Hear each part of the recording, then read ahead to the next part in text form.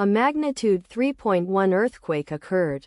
Baja California, Mexico. 146 kilometers SE of Ensenada, Mexico, or 60 kilometers NNE of Lázaro Cárdenas, Mexico. On Monday, the 19th of May 2025, at 3 hours 7 minutes and 58 seconds local time, the quake had a depth of 3 kilometers and was not felt, or at least not reported so.